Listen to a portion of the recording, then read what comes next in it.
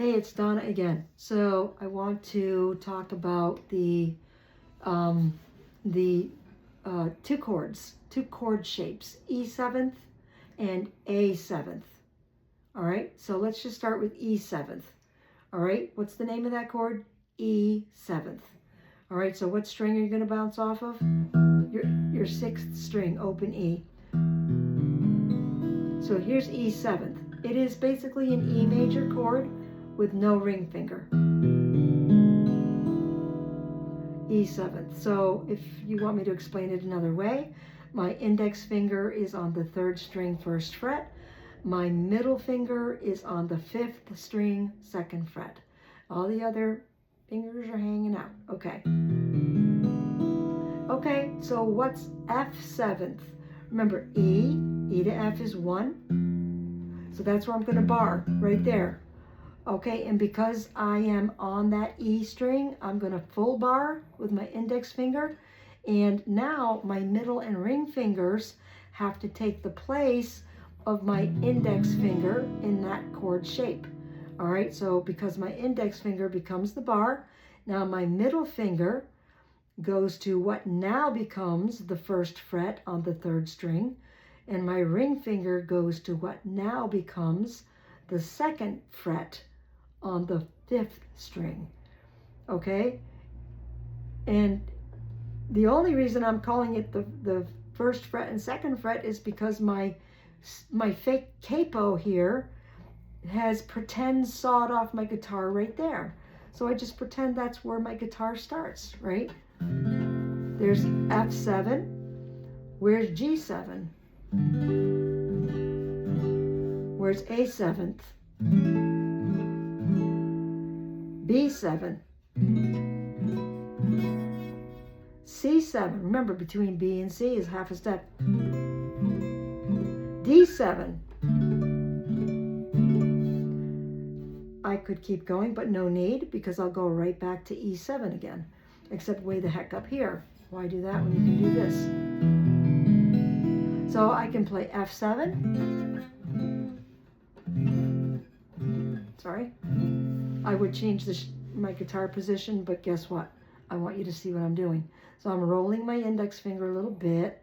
My thumb is positioned behind my 2nd knuckle of my index finger. And I just keep doing it until I get, you can hear I've got muffle.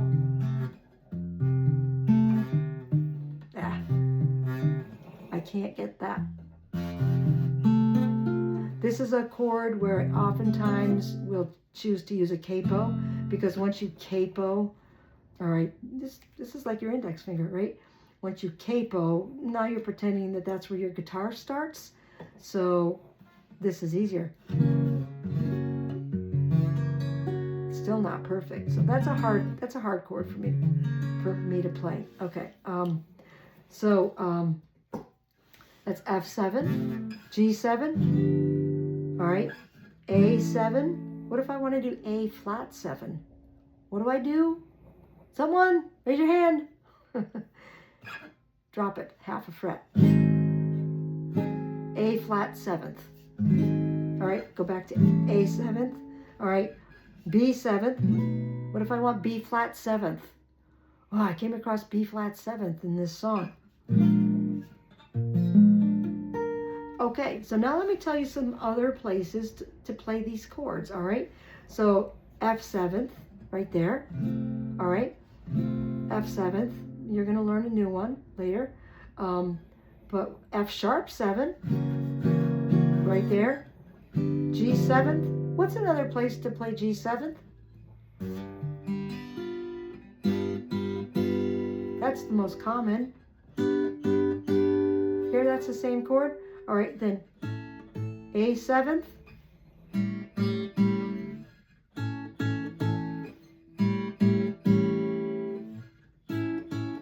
All right, B7.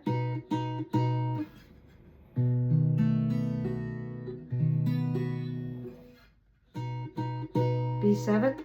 C7th.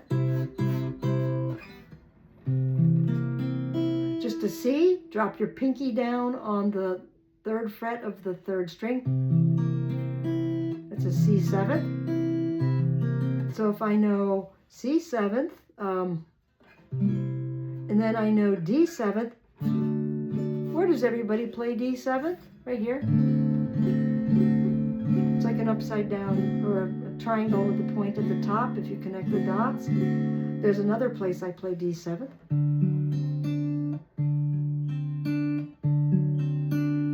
All right, that's not commonly known, but I do that a lot because I like the sound of it. And you can slide it. Anyway, another day.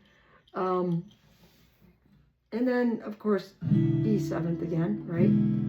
So, repetitive, right? You know how to sharpen, you know how to flatten. You know that you can't flatten F to an F flat because it just becomes an E. And you know you can't flatten C to become a C flat because I made that mistake. It becomes a B because those are the natural half steps. Look at a keyboard if you haven't noticed one. All right, the black keys form half steps to the white keys, okay? But there's, after the 3 black keys, there's 2 black keys, then there's, and then there's 3 black keys, and that pattern repeats. There are 2 white keys side by side. Those are the natural half steps, okay? All right, let's see. Okay, so I said I was going to combine E7 with A7. So here's A7. So there's 2 different ways you can play it. I play it, I change it depending. So I can play it with my index and my ring finger. So both fingers are on the 2nd fret. All right, my ring finger is on the 2nd string, 2nd fret. Skip a string. My index finger is on the 4th string, 2nd fret. It's not my most common way of playing it. I typically play it with my ring and my index finger.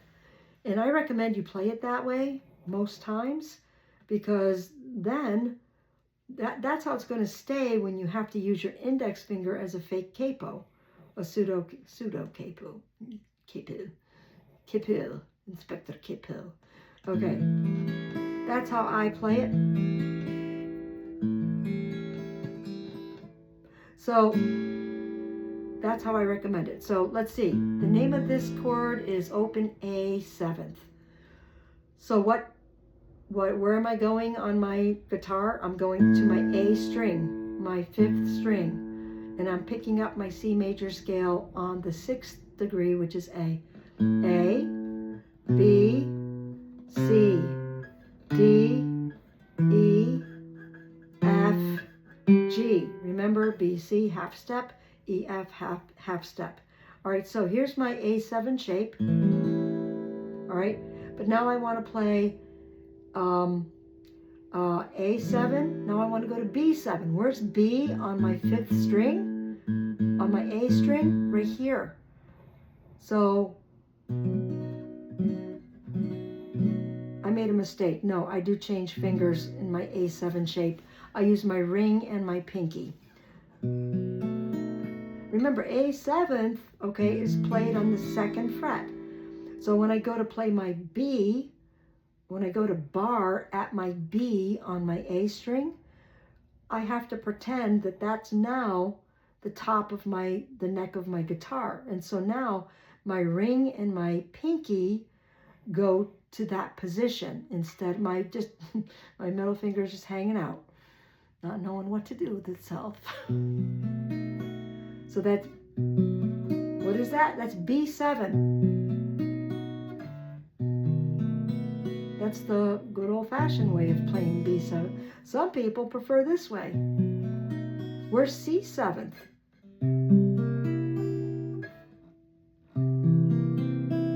I'm showing you how you can play them 2 different ways. Where's D7th?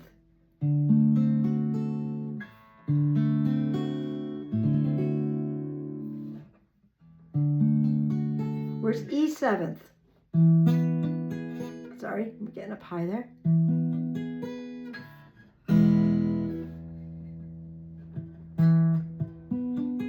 I'm getting that pain in my thumb. There's E seventh, F seventh. All right, so I want to play, okay, here's, let's see, A, B, C, D seventh. Okay, here's D seventh. But this song calls for D flat seventh. Easy. Or D sharp seventh. Here's your D, here's your D flat, here's your D, here's your D sharp. Okay? Again, it's all dropping half a step or going up a half a step. All right, so do you get the idea? Yeah. I'm going to try to come up with another couple of shapes that you will be able to do this with. Can you determine every single chord in the world this way? No.